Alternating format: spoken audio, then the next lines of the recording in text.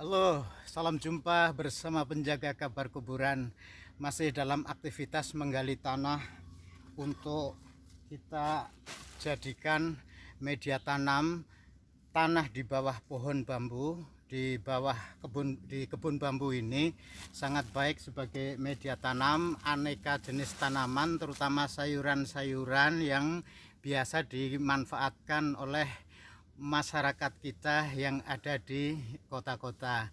Dan itulah bagian dari kecintaan kita kepada lingkungan hidup, lingkungan yang ada di sekitar kita, memanfaatkan tampungan air hujan yang kita harapkan untuk nanti terserap di sini, resapan air hujan, sehingga tidak menjadikan tanah ini sia-sia.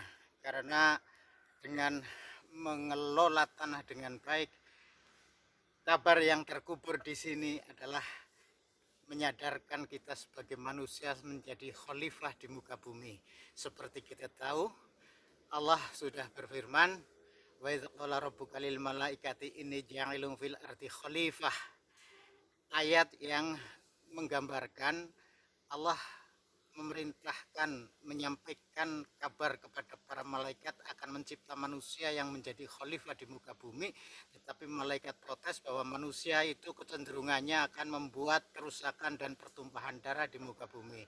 Nah, itulah makanya kabar yang terkuburnya adalah kita sebagai manusia dijadikan khalifah di muka bumi itu menjadi tanggung jawab setiap individu untuk melaksanakan titah Allah agar kita betul-betul menjadi khalifah di muka bumi.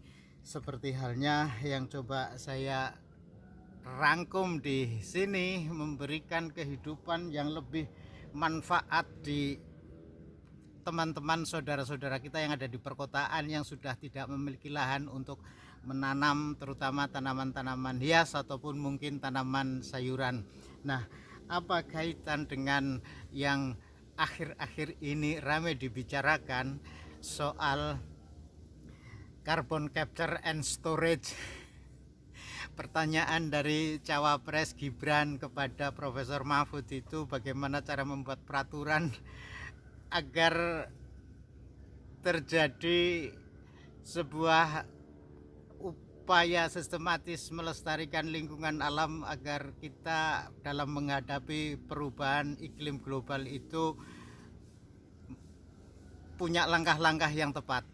Nah, ini hanya akan memberikan gambaran kita ini sebenarnya dituntut untuk secara nyata mempraktekkan menyimpan air dari langit diresapkan masuk ke bumi agar apa? Agar sumur-sumur yang berada di bawah sana terus bisa menyimpan air dan tidak terjadi kekeringan di musim kemarau.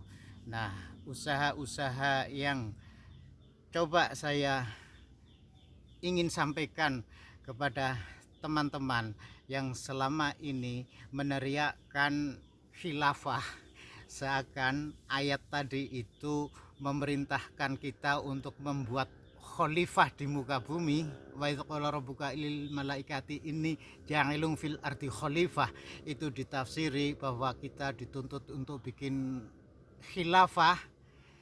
Sudah terlihat gambarannya sekarang ini menjelang debat pilpres yang nanti saya yakin akan dibahas masalah lingkungan hidup. Kemarin Gibran sudah menanyakan bagaimana Profesor Mahfud cara membuat peraturan untuk menyusun carbon capture and storage itu. Sebenarnya mekanisme manusia di muka bumi menghadapi perubahan iklim yang saat sekarang sungguh sangat memprihatinkan, karena faktanya bulan Desember ini di sini sudah 2 minggu tidak turun hujan dan kekeringan di mana-mana, terutama tanaman padi yang mestinya sudah bisa tumbuh, tapi ternyata tidak hujan selama 2 minggu saja sudah kekeringan dan layu. Ini menandakan kita kurang bersyukur di dalam menerima karunia Allah berupa hujan yang banyak disia-siakan oleh kita karena kita tidak memiliki apa yang dikatakan sebagai pelestari air. Kita tidak pernah menyimpan air, dan usaha-usaha menggali tanah, membuat lubang resapan air, tampungan air, parkir air. Istilah parkir air kita tahu dari siapa lagi kalau bukan dari Capres loh, Anies Baswedan. Itu ada istilah parkir air, taman parkir air. Saya sekali lagi, ini saya juga dalam rangka membuat taman parkir air. Tanahnya, karena tanah di bawah pohon bambu ini sangat subur untuk kita jadikan media tanam sayuran, terutama yang ada kita masukkan dalam polybag. Itu sungguh bermanfaat untuk orang-orang yang mencintai lingkungan, merawat tanaman-tanaman, merawat keanekaragaman hayati. Dan itulah yang sebenarnya di hari-hari ini, pada saat nanti ada debat capres, kita itu berharap tidak lagi berpikir tentang politik identitas, karena orang yang biasa mengusung politik identitas, terutama Habib Rizik, yang dia punya anak buah murid Bahar Smith. Kita sudah tahu mereka yang mengaku-ngaku dzurriyyah Rasulullah itu faktanya tidak pernah berbicara soal bagaimana melestarikan alam sekitar, sebab sejarah sudah membuktikan mereka itu nenek moyangnya berasal dari imigran Yaman. Dan kita tahu di Yaman ada apa di sana, perang saudara, walau sepaham, seagama, sealiran, mazhabnya mungkin sama, tetapi cara menafsirkan ayat yang berbeda-beda. Terjadi perang antara Yaman Utara, Yaman Selatan, dan dzurriyyahnya, keturunan para Habib yang mengaku-ngaku keturunan Nabi, dan itu jelas Habib palsu, sudah terbukti. Kemarin saya sudah mendengar apa yang disampaikan Gus Fuad Pleret, Kiai Imaduddin Utsman, yang dari para dzurriyyah Wali Songo itu memberikan penyadaran kepada kita semua. Sudah saatnya dzurriyyah Wali Songo itu menjadi khalifah di muka bumi untuk sama-sama nanti melihat seperti Mbah Dowi dari Wong Desa itu sudah menyampaikan yang bisa diharapkan untuk meluruskan sejarah manusia Nusantara ini adalah pasangan Capres-Cawapres Ganjar Pranowo dan Profesor Mahfud.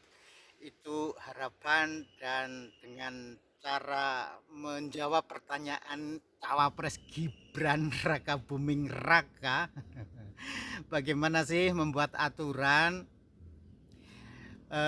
carbon capture and storage. Aturannya ya nanti dikaji secara seksama, tetapi praktek nyata kalau kita ingin membuat perubahan iklim kita atasi bersama-sama, mulailah kerja-kerja nyata, kerja-kerja konkret. Kalau kita punya lahan di daerah kemiringan seperti ini, di bawah, terutama di bawah pohon bambu, itu tanahnya kita gali, kita angkut ya. Saya angkut ke kota, ya kan. Di sana orang kota bisa menanam entah tanaman hias atau bahkan mungkin sayuran, dan itu artinya orang kota pun yang sudah tidak memiliki lahan untuk ditanami tumbuhan bisa melalui polybag dan tanahnya kita ambil. Nah, tanah yang kita ambil ini ya. Tanah yang subur seperti ini, sangat bermanfaat dan sudah sangat subur untuk tanaman-tanaman sayuran. Bekas galiannya ini sebagai parkir air, seperti dikatakan Capres Anies Baswedan, kan ada parkir air segala untuk bagaimana menampung air hujan agar sunatullahnya turun ke bumi, meresap ke dalam tanah. Itu sunatullahnya benar. Anies Baswedan itu benar, tetapi tindakan yang nyata adalah ayo kita gali tanah-tanah pekarangan, buatlah resapan air agar kita bisa menampung air hujan. Pada saat ada kemarau, bahkan hujan 2 minggu saja kita tidak kekeringan seperti yang akhir-akhir ini terjadi. Dan semoga saja pada debat capres mendatang masalah lingkungan hidup, apa yang ditanyakan oleh Gibran tentang carbon capture and storage itu ya harus dimulai dari gerakan-gerakan kesadaran untuk memperbaiki ya lingkungan di sekitar kita, menggali tanah, lubang resapan air, lalu tanahnya bisa kita manfaatkan untuk kita tanami sayur-sayuran, ya, kita masukkan ke dalam polybag, lalu kita tanam sayuran di polybag. Dan terutama orang-orang kota ya, yang rumah-rumahnya sudah disemen dengan cara yang sangat tidak ramah lingkungan. Itu kabar yang terkubur dari penjaga kabar kuburan. Semoga kita senantiasa diberikan kekuatan untuk berdoa kepada pemimpin yang peduli kepada lingkungan hidup. Dan saya yakin seperti halnya keyakinan yang ditanamkan oleh Gus Fuad Kleret maupun wong desa Mbah Dowi, saya sepakat dan saya berdoa dengan cara ini semoga Ganjar Mahfud bisa terpilih menjadi presiden untuk menjadi khalifah di muka bumi dengan memperhatikan pelestarian lingkungan alam, menciptakan ekosistem bagi lingkungan yang ramah untuk kehidupan anak cucu generasi-generasi mendatang, terutama dalam perubahan iklim yang luar biasa kita rasakan saat ini secara nyata harus dilakukan dengan 21 program ya, langkah-langkah pembangunan yang berkesinambungan. Demikian kabar dari penjaga kabar kuburan, semoga ini bisa memberikan manfaat kepada sesiapapun yang memiliki kesadaran sebagai rakyat bawah, senantiasa berdoa semoga Ganjar Mahfud bisa menjadi khalifah di muka bumi untuk Nusantara Indonesia Jaya NKRI harga mati. Demikian kabar dari penjaga kabar kuburan.